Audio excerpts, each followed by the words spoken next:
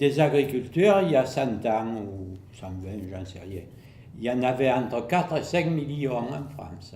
Et il en reste 400, 450. Alors, quand même. Non, l'évolution. Toujours acheter la terre du voisin. Et je l'ai dit plusieurs fois, je le disais hier encore à Thierry qui discutait. Je lui ai dit, mais si ça continue, un jour en France, il n'y en aura plus qu'un de paysan. Il aura tout acheté. À l'époque, c'était l'époque où il fallait aller au collège, au lycée, et il fallait faire autre chose, quoi. La terre, c'était vraiment le dernier des métiers. Aujourd'hui, c'est un peu revenu parce que, d'abord parce que la viticulture a donné quand même un peu de l'essor, et puis parce que aussi, c'est en train de changer un peu la mentalité. La preuve, c'est que vous voyez, notre fille, pourtant, elle est laborantine et son mari est ingénieur, et il travaille à Paris, et elle habite à Suzette. Je veux dire, alors qu'avant, tout le monde s'en allait, hein. À l'époque, il fallait tout le monde fallait ça. Bah, moi, je me souviens, lorsque j'allais à l'école, hein, il fallait pas rester à la terre. Hein. Non, mais là, Pourquoi? Parce que ça nourrissait pas son nom, parce que c'était pénible, parce que c'était dur, parce que voilà, c'était dévalorisant aussi. ouais, c'était un peu dévalorisant. Ouais. Dévalorisant. C'est vrai qu'aujourd'hui, c'est devenu. C'est pas que c'est presque c'est devenu un peu plus noble, parce qu'on voit bien que tous les riches, hein, tout le monde veut avoir leur propriété, avec leur bouteille, leur étiquette. Leur vin. Si, c'est quand même ça vraiment. C'est autre chose, quoi.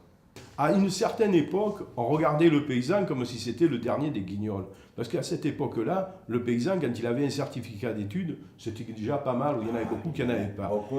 Beaucoup ne savaient pas lire ou écrire. Et je me rappelle encore, ça c'était une autre personne, quand il y en a qui quittaient l'agriculture, qui allaient en ville, ils décrochaient un bac, tout ça, pour nous on était vraiment bas, on était illettrés, tout ça. Il y en a un jour qui avait dit, mais qu'est-ce que vous avez comme études?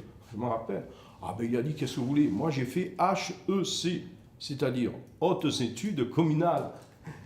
C'est pour ça, avec son franc-parler, c'est vrai qu'on avait peut-être de la terre aux chaussures, mais on était heureux. Entre 14 et 17 ans, là, on faisait partie des hommes déjà. On travaillait avec les hommes aussi dur. Hein. Mais j'avais des mots d'oreille, je me rappelle. Ah, c'était épouvantable. Je voulais suivre, moi, je voulais suivre les hommes, mais qu'est-ce que c'était dur. Beaucoup de travaux manuels, hein, beaucoup de travaux manuels. Les décavaillonnages, les décavaillonnages des vignes, on appelait ça. On passait les raseuses. Et après, on faisait tous les pieds à la pioche.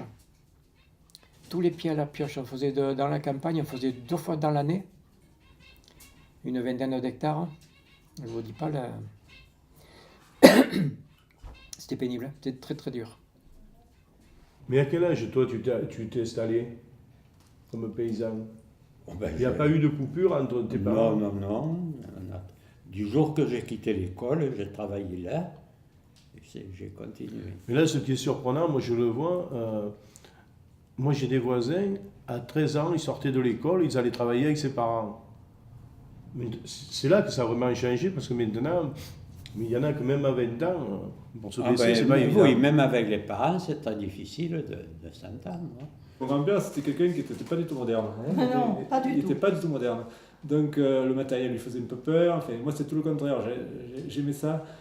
Après, on a eu les crises arboricoles. Donc, on a eu les crises dans les fruits, dans les abricots, dans les cerises. Ce qui fait que j'ai commencé à pencher de plus en plus vers la vigne. Lui, bon, il voyait arracher les arbres, il ne savait pas trop comment ça allait se passer, ça ne lui plaisait pas. Lui, il avait toujours vécu dans le milieu arboricole. Il valait mieux avoir pas tous ses œufs dans le même panier pour lui. Voilà, pour lui, avoir C'était une pas seule comme que les récolte, vignes. il disait, mais tu te rends compte, Si ça il y avait des marche oliviers, pas, moi qu'est-ce j'arrachais qu'on les va faire oliviers.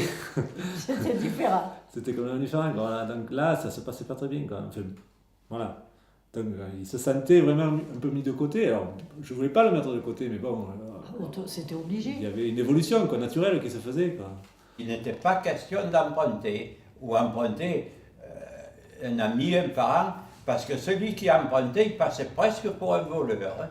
Et il se disait, mais sa maison n'est pas sienne, ou cette ville n'est pas sienne, il a emprunté, et voilà. Si on empruntait, c'était pour vraiment placer l'argent utilement. Mais il y en a toujours eu quelques-uns qui, le gaspillage, quoi. Mais on empruntait pour construire ou acheter une terre, enfin, c'était tout. Hein. Maintenant, ils vous font la réclame, emprunter, acheter cette voiture, vous donnez que tant par mois. Mais si on l'a démolie, la voiture, le lendemain, qu'est-ce qui reste? c'est là que ça a vraiment évolué l'agriculture. Parce qu'avant, je vous disais, il n'y avait pas de comptabilité. C'est lui qui avait tout dans la tête. Et les gens, ils arrivaient, quand ils achetaient quelque chose, ils étaient contents.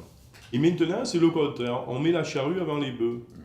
Parce qu'avant, ils vous disaient, il faut avoir une réserve. On ne sait pas ce que l'avenir nous réserve. On peut avoir une grêle, un gel, tout ça. Il faut penser, il faut repartir. Maintenant, je le vois, je suis au crédit, tout ça. Mais les gens, ils mettent la charrue avant les bœufs. C'est pour ça qu'il y a un proverbe qui dit « Aide-toi, Dieu t'aidera ». Je pense qu'il faut des deux. À son époque, c'était trop. D'un côté, maintenant, ça l'est trop de l'autre. J'ai commencé à travailler, j'avais pas le salaire. Non, au mais début. je te le dis. J'avais pas le salaire au début. J'ai eu le salaire quand on s'est marié. Toi, c'est Quand marié. on s'est Oui, marié. mais avant, Non, j'avais pas tu avais reçu le peut-être salaire. pour la voiture, pour l'essence, ou je sais pas. D'accord, mais on ne fait pas vraiment Voilà. le salaire. Mais J'étais de maintenant, familial j'en ai avant, poche. non salarié, ça veut dire ce que ça veut dire. Maintenant, Elle tout fait bien, non, petit, ça va. ils ont de l'argent de poche. 3 ans, c'est pour Ça ça. faisait On s'est pas. marié, voilà, oui. Mais ça a été comme ça, quoi. Et voilà, mais j'avais des collègues plus âgés que moi qui étaient dans la même situation que moi, hein, qui vivaient chez ses parents, qui n'étaient pas mariés, et voilà, ils étaient de familial. À quel âge vous avez commencé à être autonome par rapport à votre père? Quand est-ce que vous avez commencé à... Mais quand j'ai à 35 ans, j'ai été déclaré comme exploitant. On se posait même pas la question de la retraite à cette époque-là. Ah hein. non, on n'en parlait même pas. Non, non. C'était comme ça. Vu que les enfants vivaient avec les parents. Voilà. C'était Donc, différent, hein, c'est différent, difficile hein. à comprendre. Ça a évolué d'un coup. Hein, C'est vrai. Hein.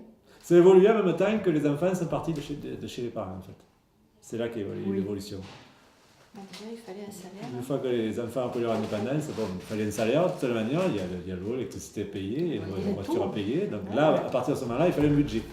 Il y a eu un certain moment où il y avait un marché à Suzette parce que tout le monde avait des abricots et les acheteurs montaient sur place. Hein. Il y a eu des récoltes d'abricots que le même propriétaire aurait pu acheter 2 ou 3 maisons, hein, sans exagérer. Pendant de nombreuses années, ça a bien marché. Moi, je dirais jusque dans les années, je ne me rappelle plus quand j'avais dit, mais 95, jusqu'en 95.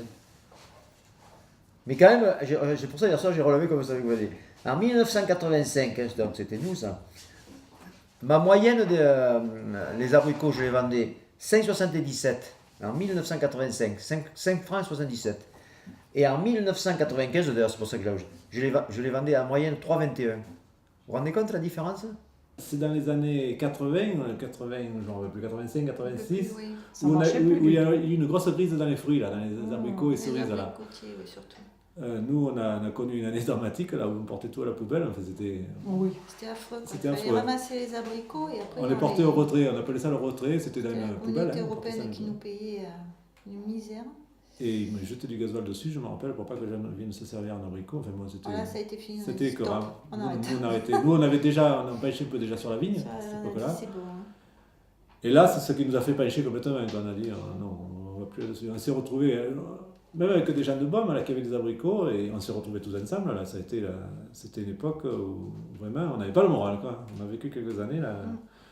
Et progressivement, on s'est. Ça Alors, marchait parallèlement plus. à ça, on est passé Côte-du-Rhône village, sur l'appellation Baume de Venise. Et puis en 2004, on est passé cru. Là, c'est plus récent, mais bon, là, on est cru. Donc, évidemment, progressivement, tout le monde a changé son activité, quoi.